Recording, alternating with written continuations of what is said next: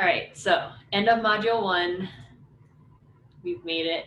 And what we're going to be doing is working on the project. So before I start talking about the project, a couple of questions that came in today and yesterday. First off, a question about a list of like resources to look up Python and library questions. It's kind of, I don't really have a direct answer for this, to be honest. It's kind of like, I feel like, I think at orientation, I said like the most important skill that you're gonna take away from this whole program is how to Google.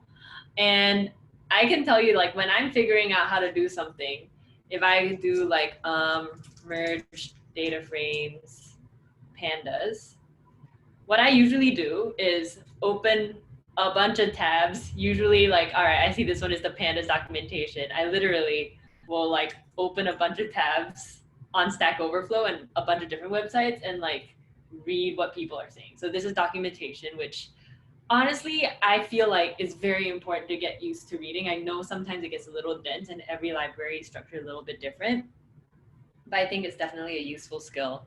So power through it. And then I really just like look through examples here. This guy literally says like, try this.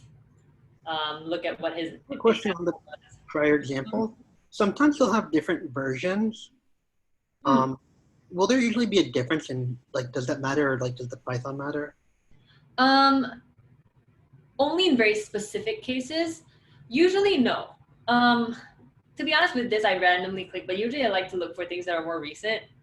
I would say like 2017. So the new Python, we're working on Python 3.6 and 3.7. And so the biggest change started with Python, I think, when Python made it to 3 point something from 2 point something. And I think that happened like in, I want to say like 2016. I don't know, but anything past that, you shouldn't run into problems.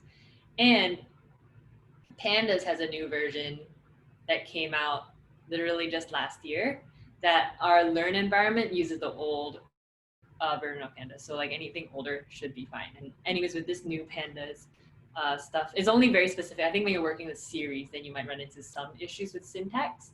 But for the most part, different versions shouldn't affect what you're searching up. If anything, they will tell you. A lot of times, like I'm sure you might have seen like warning something is being deprecated or has been deprecated. Usually you'll get something like that. That's a good question. So yeah. Well, one thing, now whatever we are doing in the Jupyter notebook, right? And if it has to be done similarly on PyCharm or any other IDE, it would be having the same kind of output? No, so anything that comes, so Jupyter notebooks are different from Python scripts. And I think I mentioned Python scripts back in like section 2, maybe. So there's a difference between Python scripts, which is something that you would write in like an IDE like PyCharm, VS Code, Atom. And those we won't talk about yet because those you have to kind of compile. And that's something that we'll talk about later, maybe at the start of mod 2. But definitely don't think about it right now because it's quite different. And how it's different from a Jupyter notebook is like in a Jupyter notebook, you can run individual cells where if you have a script in a .py file, every single thing runs all at once. And so the output is literally like only if you have print statements or whatever the last thing on your script is. So that's a very, very, very, very brief summary of the differences. So we will talk about scripts eventually, just not yet. So yeah, as for now, let's just work in notebooks. Okay. Good question as well. And I'm sure we've seen like some .py files pop up here and there.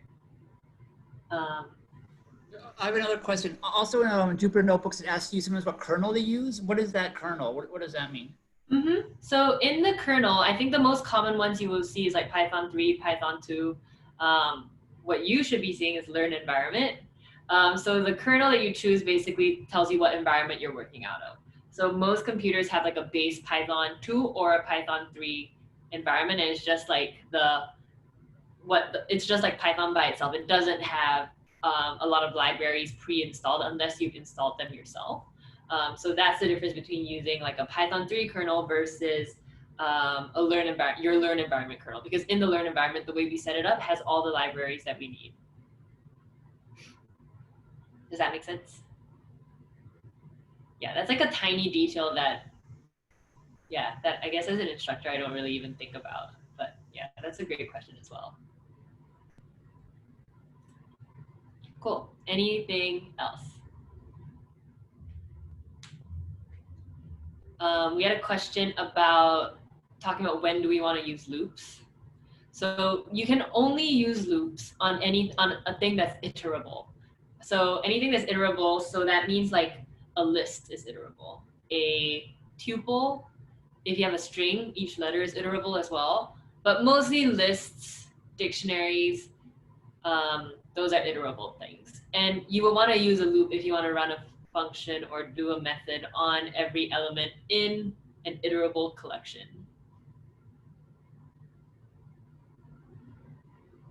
That makes sense? Yeah. Kishore, I think if you're saying something, you're still muted. Yeah. Yes, I understand that part. But then, like, say, well, when I'm trying to implement those things, I end up missing things, right? Let's say for X and Y, do this. I mean, I can understand that concept, but like, I'm not sure on where exactly, it should start and what, I mean, for what reasons I should be using. Like you said, like anything that iterates, then like you can use, right? Yeah. So I get stuck. So I feel like, okay, I need just clarity on, okay, this is for loop, this is while loop, and this is nested loop kind of. Okay, so anything that needs a while loop, you can do the same with a for loop. So hopefully that will simplify things so you don't have to worry about doing a while loop. In terms of nested for loops, you use nested for loops if you have nested data. So you don't need a nested for loop unless your data is also nested. Okay. Yeah. I think like with a specific example, we can talk about it during a one-on-one. Okay. Do you have any specific examples that you want to? Yeah, sure. Awesome. Any last questions? Let me double check. I did get a question from Marv, who isn't here, but hopefully he watches this video, talking about what do we do. So as we're working on the project, you're going to have a lot of scratch work, a lot of like scratch work code, like of testing functions. And what do we do with those? Basically, when you have scratch work code, like let's say you're trying to figure out how to do something and you use like 10 cells to try and figure it out. I personally like to keep my work. And so what I do is I just like reorder the cells and like either put them at the very bottom of the notebook or put them in a brand new separate notebook. And I'll talk a little bit more about that when we talk about the deliverables. But cool, let's get into talking about the project. So let's talk about what the project is first. So if you guys have already, I know some of you have already started reading it, but basically you're gonna be working for Microsoft, and Microsoft wants to create a new movie studio, but they don't know anything about creating movies. And they have hired you to help them better understand the movie industry. So your team is in charge of doing data analysis, creating a presentation that explores what types of films are currently doing best at the box office, and then give them actionable insights to help them decide what type of films they should be creating. So this is actually very, very broad on purpose. So your recommendations can range from anything like, you should produce this kind of movie, or you should produce movies and bring them to these countries, or produce movies using these actors or these directors. Depending on what data you have and what data you find, you can create your questions around anything that's vaguely related to Microsoft having a streaming platform. The main point is that you can take data, you can take raw data and turn them into actionable insights. I personally am the one that is evaluating your project, so I don't care how wild or crazy your insights are, just as long as they're backed up by data. So I can tell you, like, one of my favorite examples is one of my former students had the insight of Microsoft should only, or not only, but Microsoft should produce movies that are horror movies by the director Ang Lee, because apparently it's a very niche market that makes apparently a lot of money and has great popularity. I don't know about that, but his data definitely back that up. So as long as you have the data to prove something and can back up what your insights are, feel free. But yeah. So any questions about that? Is there any specific number of questions that is required to be? Yes. Yes, absolutely. And I'm going to get to that in a little bit. So all right, yeah, I'll just answer that. If you are working by yourself, 3 to 4 questions. And if you're working with a partner, as I think about half this class is 4 to 5 questions. Okay. So I mean, half the class is working in by teams? Mm-hmm. Oh, okay. Good to know that. Yeah. All right. So before I get into more of like, oh yeah, you had a question. What exactly do you mean by answer 3 or 4 questions? Yeah, I will get into a little more detail in a little bit. So before I get into like the project details, I want to talk about the timeline and what these next couple of weeks are going to look like. So this is a doc that I posted on the Slack channel. Did I post it on the Slack channel? Yeah. And just feel free to refer to it if you'd like. I think it's pretty much very similar information to what's on Learn, but to me, this is just a clearer way. I don't know, use it if you like. So today we're doing project introduction, and from today till the 30th, which is a Sunday, you'll be working on the project. And here I have like a suggested project timeline of like having your data cleaned by next Sunday, most analyses done, and then you have your other deliverables to be done. So this is just a suggested timeline. Definitely don't feel like you're behind because you're not meeting these, because everyone works at a different pace and everyone likes different parts of the project process. So yeah, so that will be what we will be doing. And on the 30th, you have to submit your project on Learn. So by the end of Sunday the 30th, you need to paste the GitHub repo URL here, your blog post here, and also a recording of you walking through your presentation in a video. And I'll get into each of those later as well. So back to the project. Let's see, what should I talk about next? Yeah, so in the project, you are provided with these data sets. So I don't think I can open them here, but if you download this repo, if you clone this repo down, you'll be able to get all of these CSV files. They look a little bit different, but they actually open the exact same way as any other CSV file. But I've also uploaded the starter code that I had sent out earlier this week or last week. I had uploaded that to our study groups repo. So if you want to just take a look at this, this is just code to help you open each of the data files so you can see what's going on. So I have that there for you. So feel free to clone this down and use this as well. So there's the data. I think the data comes from 4 different sources. Yeah, comes from 4 different sources: Box Office Mojo, IMDb, Rotten Tomatoes, and TMDB, which are all really great repositories of data that exist on the internet. But on top of that, I've also provided or suggested a couple other sources. So TMDB, which is actually one of the sources that is provided, has a really great API. OMDB, which stands for, I think, the Open Movie Database, also has a really good API. Both of them are pretty easy to use. So if you want to collect your own data, feel free to do that, to either supplement or do this instead of using the CSVs, because the CSVs are a little bit messy on purpose.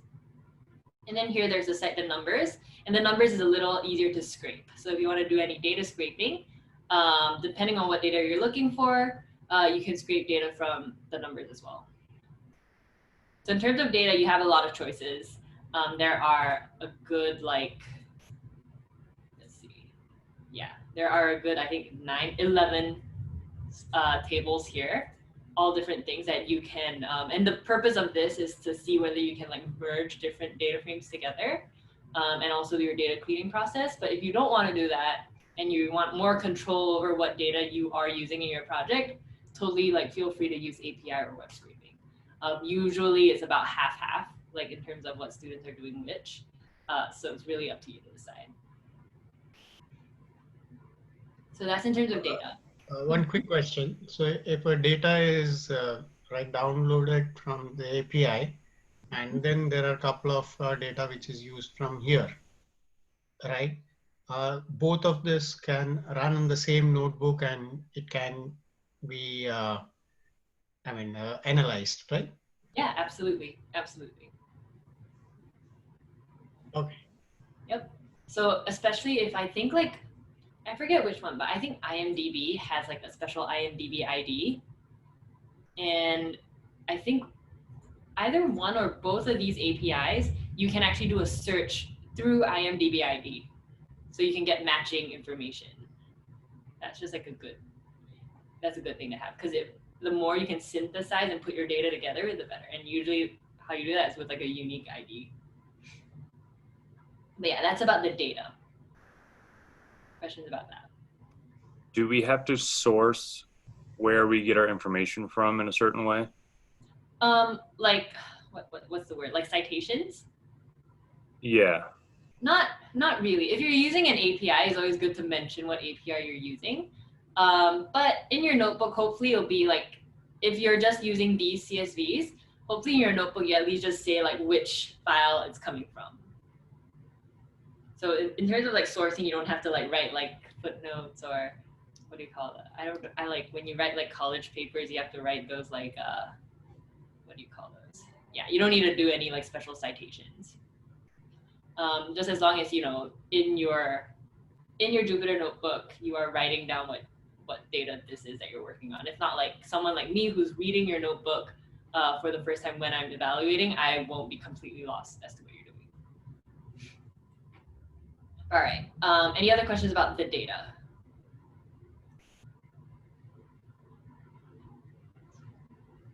Cool.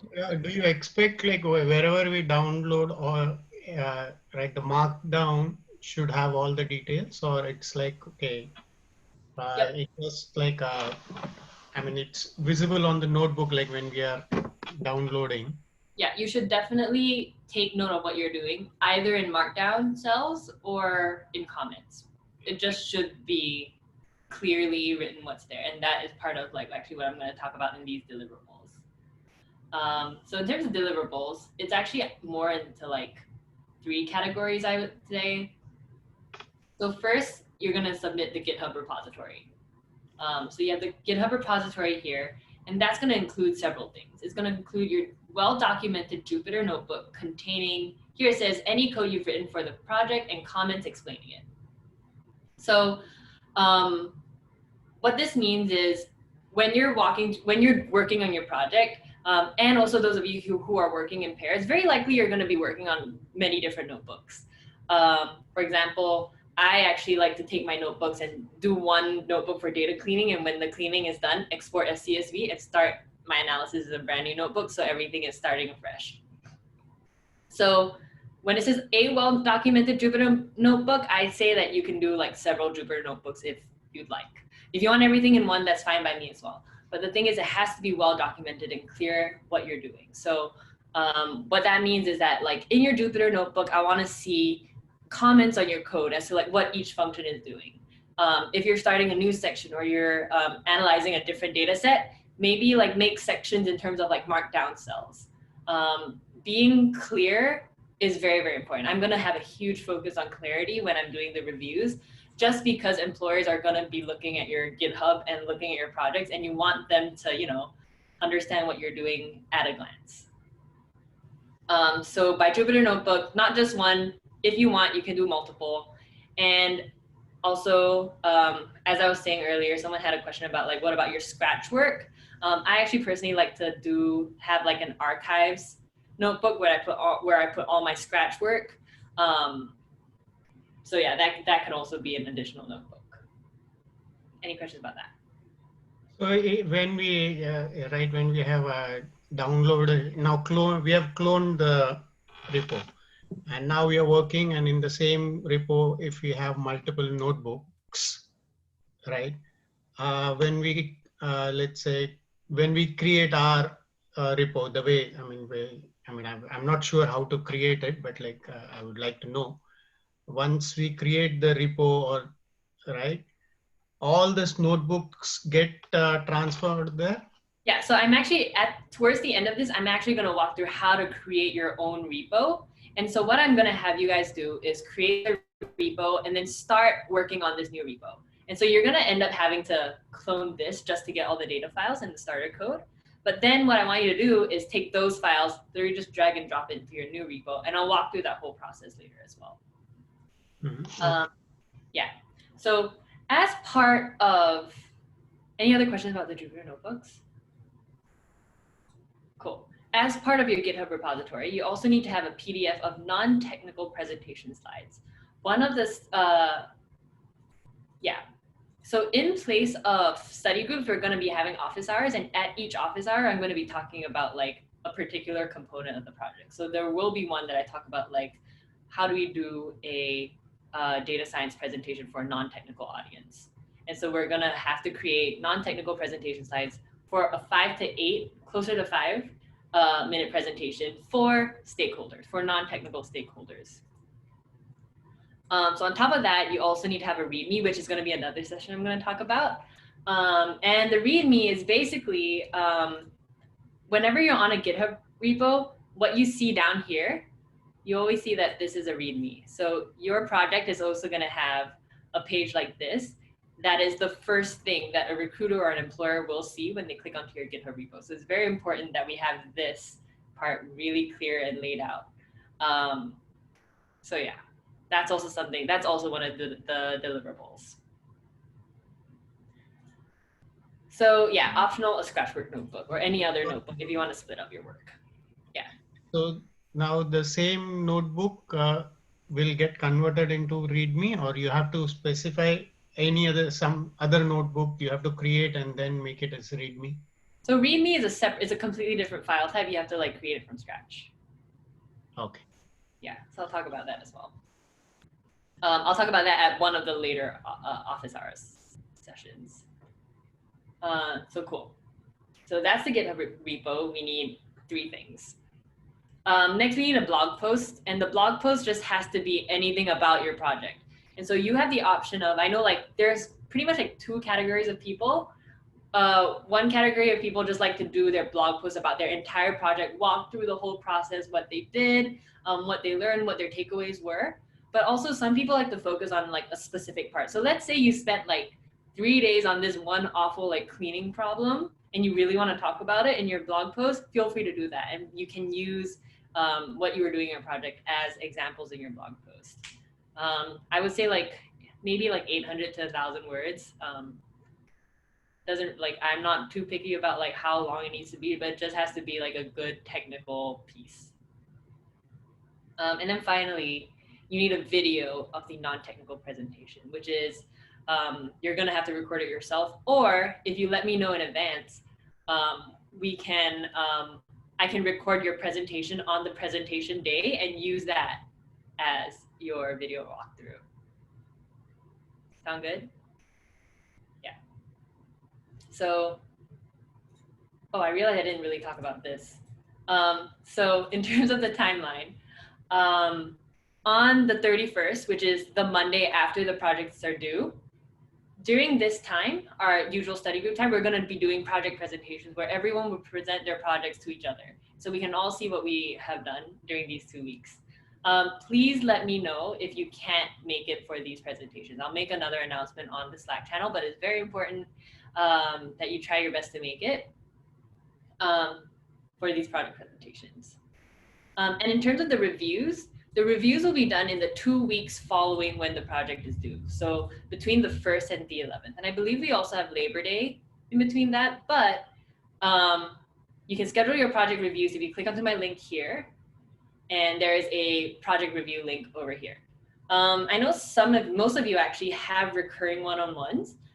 So some of you have it back to back. So the project reviews are actually an hour long. Usually it doesn't take the full hour, but I like to have it an hour long so I can like read through your notebooks beforehand. So please let me know if you would like to have it during your one-on-one slot, and also which of the 2 weeks you would like it on. So basically how it works is, let me pull up the calendar. How it works is, and let's go to a weekly view. So the mod 1 project is due here on the 30th. And from these 2 weeks, you're going to schedule your review, hopefully earlier rather than later, because the hard deadline for you to pass the project is this Friday, the 11th.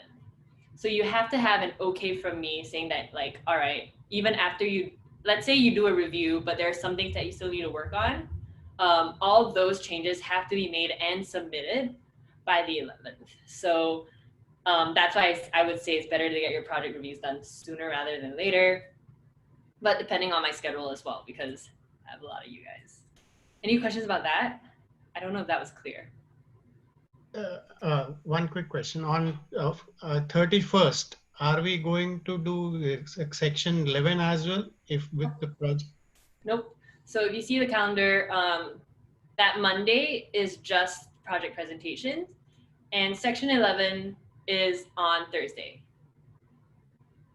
Okay. Yeah. And just so you guys know, because Labor Day is actually on that second week, our study group, just so we don't lose another study group session, our study group will be moved to Tuesday that week, just as a reminder. I'll like post a reminder in the Slack channel as well. But yeah, so that's everything about like timeline and schedules. So basically due date is the 30th, and you want to get a review done as soon as possible after that. So if somebody gets the project done by, let's say, 25th, 26th, and then review can be done earlier? Actually, yeah, for sure. Yeah, Oh. Definitely. Questions about that? No, that's fine. Yeah. And so those reviews will be in place of your weekly one-on-one, because usually during the review, I can also answer any of the one-on-one questions. So if you schedule your project review on a week, I will also cancel your one-on-one for that week. Or if you want to just turn one of your one-on-ones into the project review, also let me know. And also like any of the upcoming, I think over the next 2 weeks, I'll just like ask you guys during your one-on-ones if you want to do that. Sound good? All right. Really quickly, in terms of like questions, like what do you mean by like answering a question? Some examples, I think it's easiest to explain in terms of examples. So in terms of like answering questions, some examples are like, all right, what's the most profitable genre of movies in the past like 10 years? Or is there an untapped market in terms of like, because I think there is some data on like countries or like languages. Maybe Microsoft should be making some foreign films. Like, how does the foreign market fare in comparison to the domestic market? Other questions include, there is some data on like, I think directors and producers. Who should you hire to direct your movie? Things like that. So those are kinds of questions that you can ask. If you want clarification, feel free to Slack me and ask as well. Did that help clarify? Awesome. Let's see what else there is. So yeah, expectations. We're going to be working on GitHub, and right after I finish explaining all of these details, I'm going to actually walk through how to create a GitHub repo. Answer 3 to 4 questions if you're working by yourself, or 4 to 5 if you're working in a pair. And also, like, one thing that several people have asked me is don't worry about doing too much market research. It's completely okay to like make the assumption that the data that we have here is the only data that we have. And so don't put too much pressure on yourselves about like, learning about the movie market, learning about like Microsoft. Definitely don't need to do that, because what I care about is really just your technical ability and being able to take data and turn it into some form of insights. This is a 2-week project. Hopefully at your future jobs, you'll know the industry a lot better. And also it won't be just a 2-week project. It probably will last months. So you're not expected to like fully understand like the world of movie business. So yeah.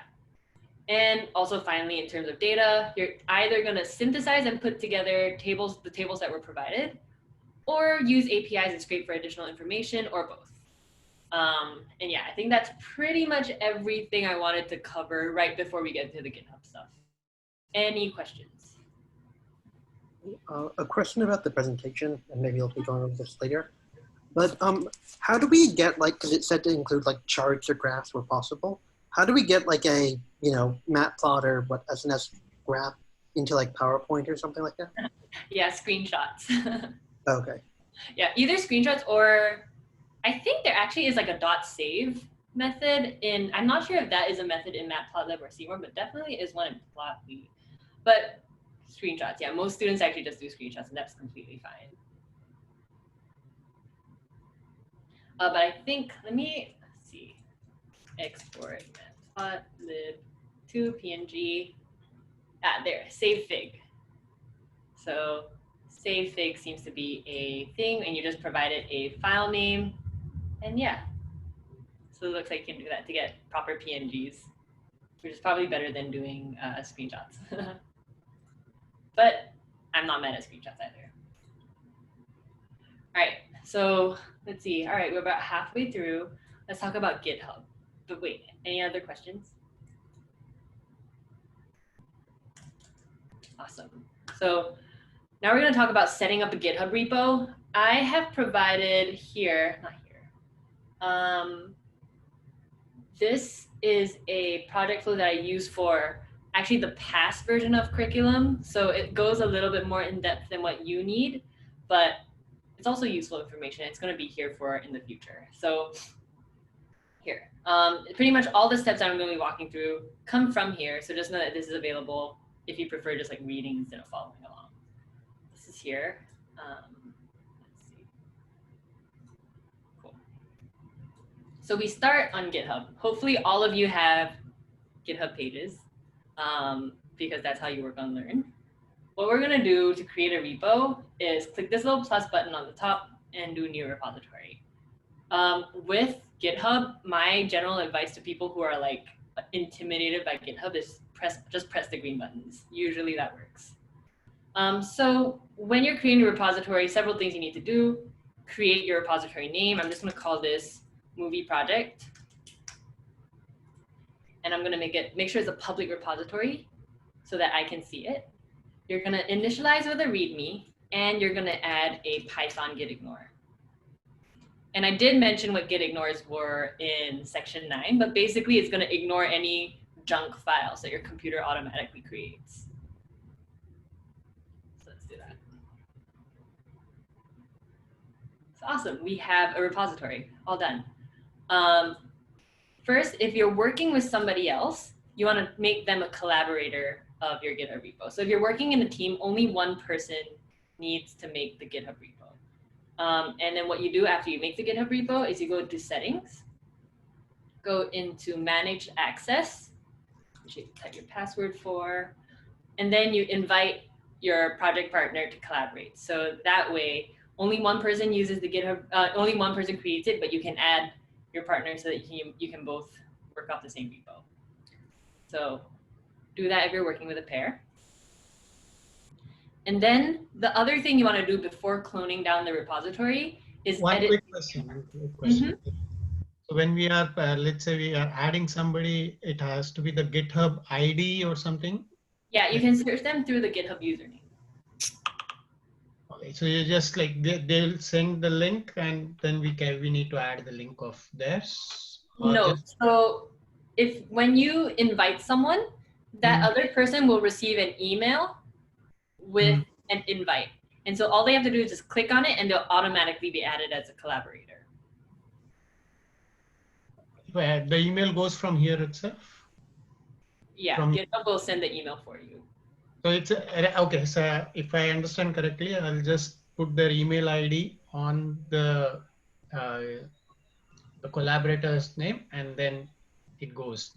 Correct? You type in your, yeah, you can search by email as well, but yeah, once you find the person, let's see, I have, yeah.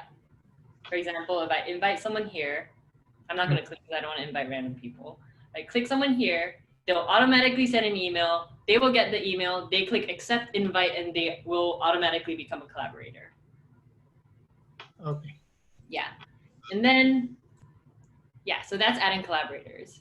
And the last thing that you do before any cloning happens is you want to edit this git ignore. And so in this git ignore, there's a bunch of things because a Python git ignore automatically has a bunch of stuff. But in this file that I provided here, this one, wait, where'd it go? In this one, you guys see this? There are a few additional things that I would like you to add to your git ignore. Basically, if you have any big SQL files sometimes can jam your GitHub and it will like not break your repo, but make it hard for things to get uploaded and all of these other things. And also config.py if you end up using an API with passwords. So all you need to do is copy this, click into your git ignore from here, press this little pencil button to edit it. And really all you have to do is just paste it at the bottom and commit your changes. And then you've just successfully added stuff to your git ignore. All right, I'm gonna change the share real quick so you can see my terminal.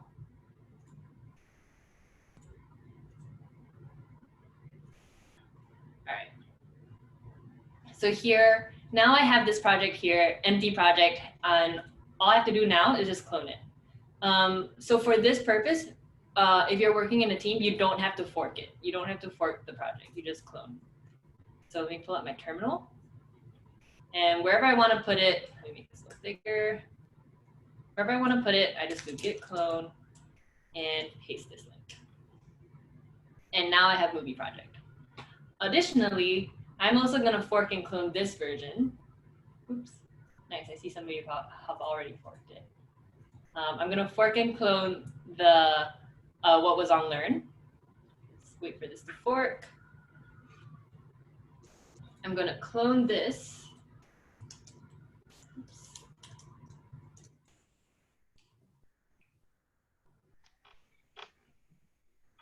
And once I've cloned that, I will have all the data I need. So what I'll do here, just because I like to actually work through opening. So here it is. This is my very disorganized computer. But this is the mod 1 project. And this is all the data. And I'm going to cd into movie project, open it as well. Here, that's a movie project that I was working on. And all I have to do is take the zip data and just put it in there. So now I have the zip data. If you want, you can also start with the student.ipynb, but I don't think you need to. I think you can start from scratch if you'd like. But the student notebook does have maybe some helpful things. So that's really up to you. If not, you can also drag in the starter notebook that I had uploaded to the study group repo. But yeah, so once you're in there, I cd into movie project here. And really all I have to do is just open up Jupyter Notebook. And you can see the data's there. And I just have to create a new Python 3 notebook. And then I can start working on the project. So let's call this data cleaning. And then, I don't know if you guys know this, but to make new cells, you make sure that it's blue. You can type the letter B. To turn it into a cell that you can put text, you press the letter M, and you can do like markdown words like cleaning data. And then you can like import all your stuff here. So as you're working on this, one of the deliverables, not deliverables, one of the expectations that I set is that you should be committing once every 2 days at least on average. Because it's good to see a commit history. It's sort of like a save history to see that you're consistently working on stuff. And that is actually something that recruiters and employers like to see. And so let's say I'm done working on this for today, close it out. And to save my work and commit my work, all I have to do is do git add and space period to add everything. I'm going to do a git commit. Started data cleaning. Always have like a useful commit message of what you were doing during this save. There we go. And then let's do a git push.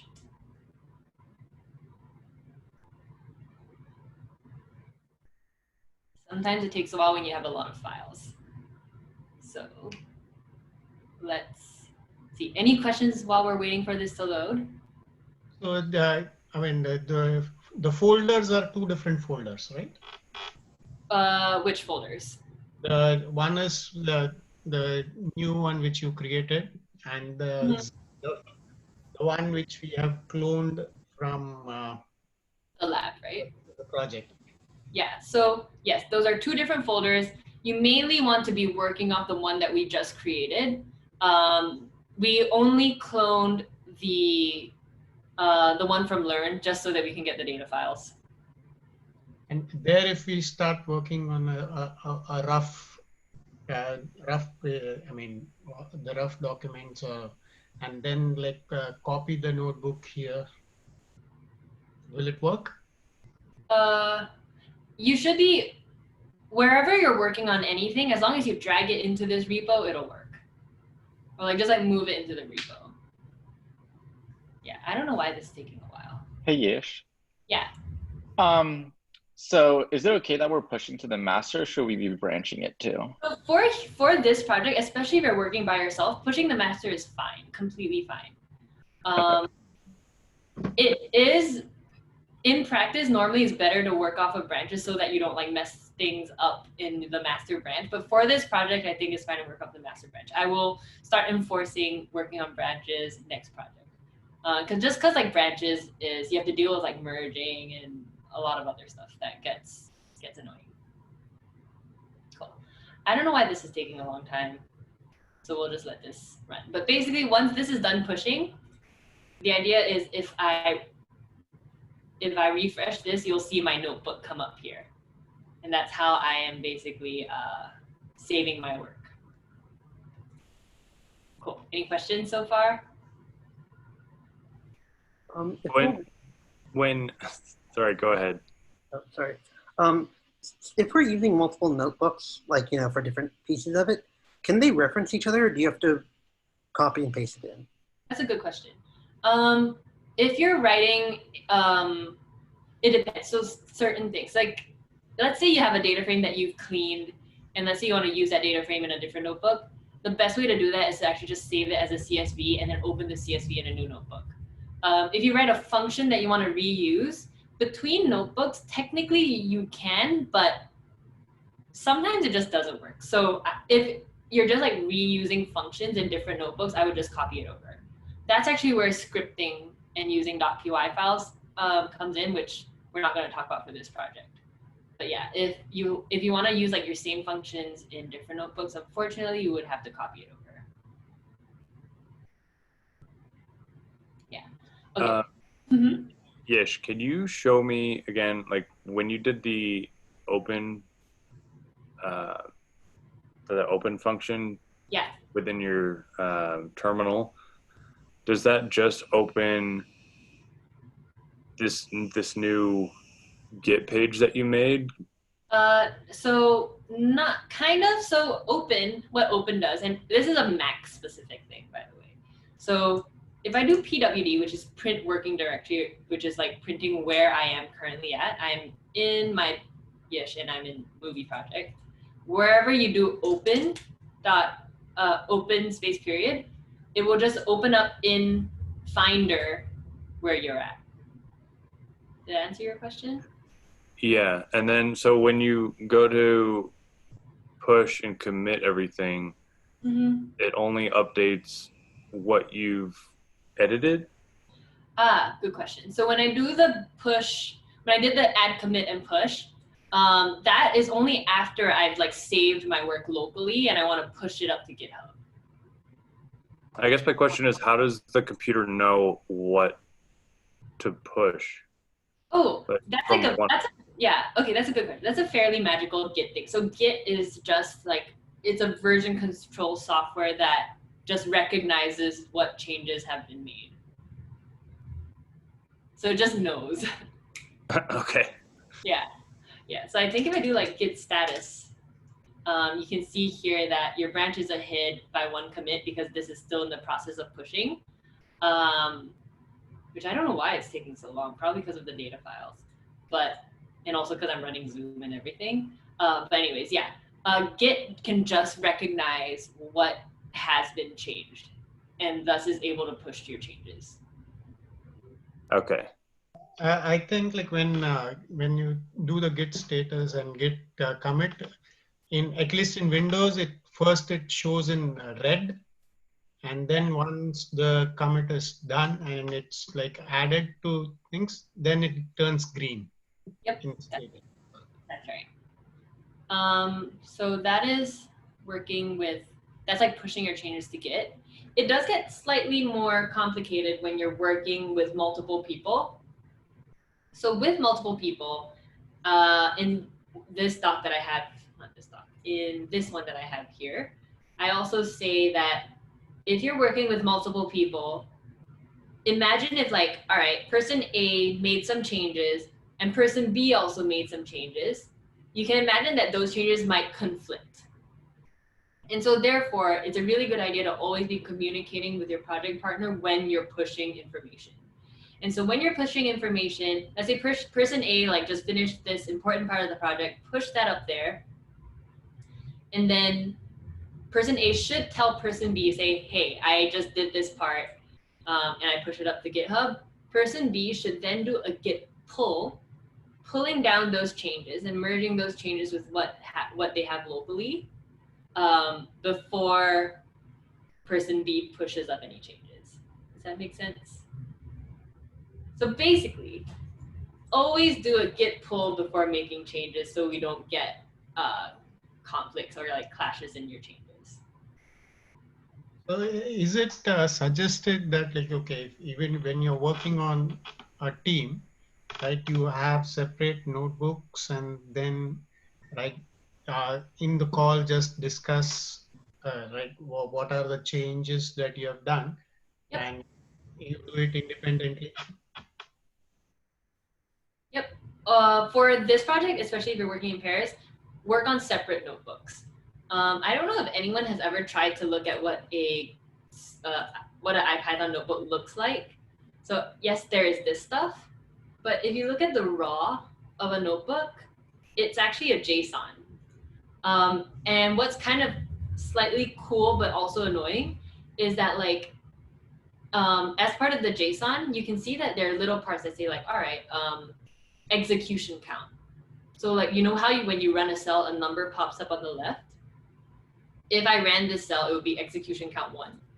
And so even if you run a cell, it counts as a change on the notebook. And you run into a lot of merge conflicts if two people are working off the same Jupyter notebook.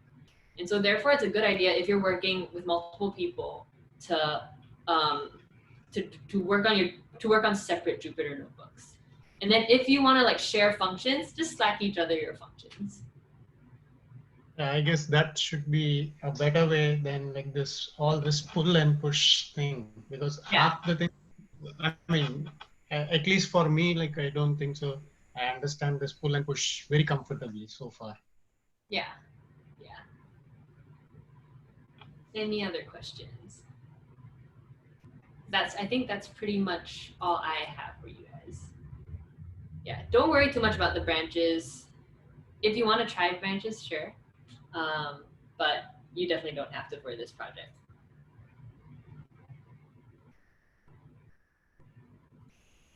Questions?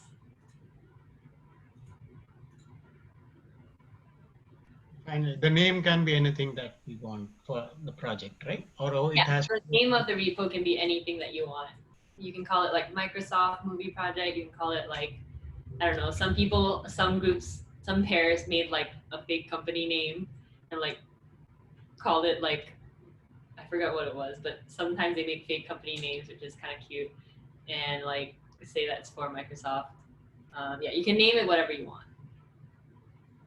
And if I say, let's say, the presentation part, right? It has to be in the notebook format where there is something called as a slide also in Jupyter Ooh, Notebook. no, not at all. Not at all. When you're doing your presentation, you're going to do it on PowerPoint or Google Slides or like, what's it, Apple Keynote. It just do it in a normal slide format. You don't have to use like that Jupyter Slides function. Okay. Yeah. See if this is done. Cool. So as you can see, this finally pushed. And if I refresh this, there, you can see all my information is there. So now you can see that, all right, if I want to look at my data cleaning, this is what I did. So that's how you just save your work. And so this is actually really useful. So in case like, I know a couple people are going on vacation or something, and then if you wanted to work on like different computers, you can always just like clone this and you'll have your latest version cloned, which is pretty cool. One quick question. How do you see different commits? Ooh, okay, so you can look at the commit history here. And so you can basically see what people were working on, which is why it's important that your commit messages are informative. Mm-hmm. Yeah. I have actually been called out for having bad commit messages. I can show you guys, like, I actually had a recruiter saying like, what are these commit messages? Because I was just really frustrated with with something that just wasn't working. And so, yeah, don't do that. Don't do that. Yeah. So always have good, yeah, because it just shows up here. It's there forever now. So always have good informative commit messages. So like daily you work on something and then commit, it's better, right? Yeah, absolutely, absolutely. And if you run into any GitHub issues, just let me know. Cool. Any final questions? All right, I'm super excited to see what you guys come up with for this project. Any questions that you have, if you want to like clarify like the questions that you're asking in the project, or if you want to just like clarify some GitHub things, feel free to ping me on Slack at any time, or actually more helpful to ping the Slack channel so you guys can help each other out. I think that is better. So yeah, cool. In that case, have a good night, everybody, and good luck. Okay. Bye. Bye.